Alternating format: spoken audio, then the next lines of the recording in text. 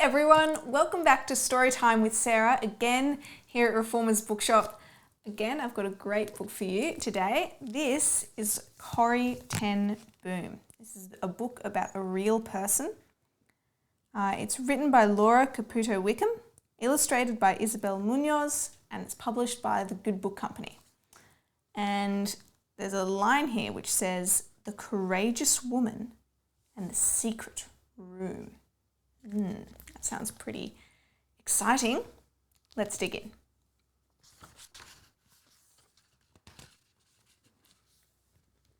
Corrie ten Boom lived in a higgledy-piggledy house, surrounded by family, friends, and lots of clocks.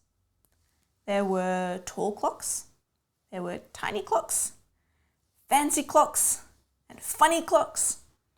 And father, the finest clockmaker in the Dutch city of Haarlem, knew how to fix them all. There he goes, fixing the watches there at home. And that's Corrie when she's young. Corrie's family met together every day to read the Bible. "You are my hiding place and my shield," read father one day. "I hope in your word."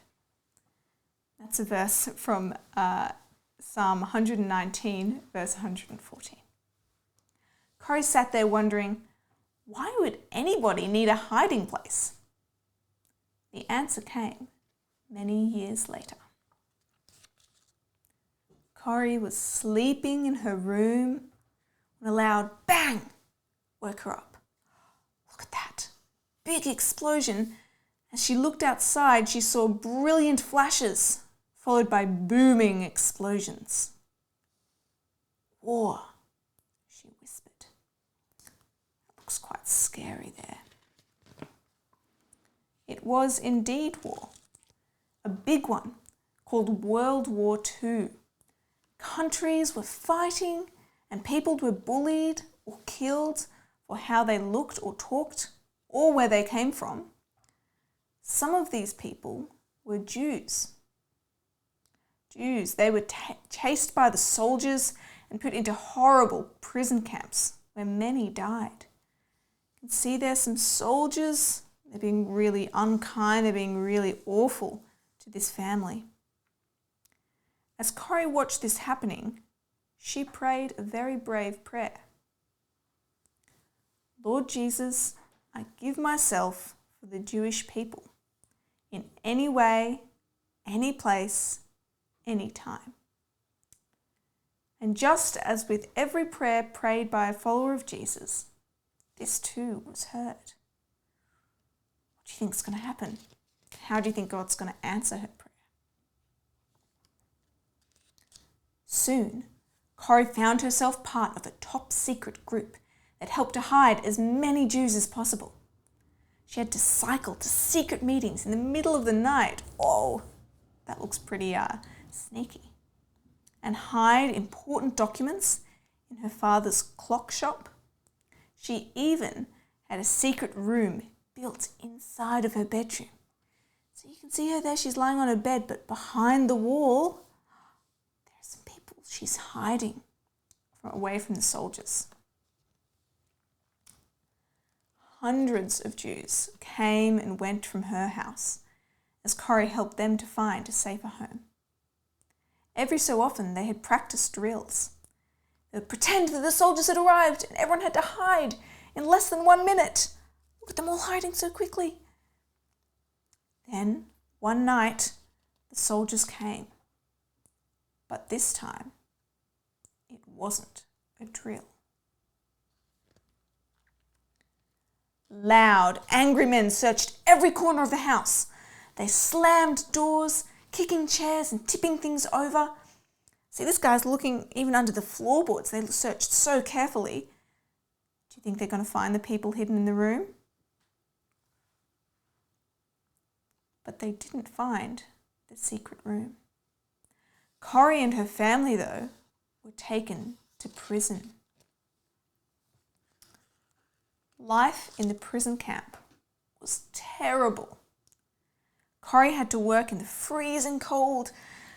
She had to sleep in beds full of lice, and all she had to eat was cold, gloopy food. It would have been easy for Corrie to feel completely and utterly hopeless. But she didn't. Can you think of why Corrie might still be happy, even though it's horrible? God always made sure that Corrie had a Bible, which she hid under her clothes. Whenever she read it, she found hope and courage. She learned to forgive even when it was hard, and to find joy in the small things, even the lice. Soon the other prisoners joined Corrie and her sister Betsy in reading the Bible and praying. Looks like they're having a secret meeting with the light of a candle. Many of them trusted in Jesus as their king. Corrie's trust in God gave her the strength to go on until the day the war was ended and she was free to go home. From then on, Corrie talked about her life to big crowds, saying, "There's no pit so deep that God's love is not deeper still." Corrie knew that very well. That's that verse that we heard before. This is like it's Corrie speaking to God, but it's also from the Bible. You are my hiding place and my shield. I hope in your word.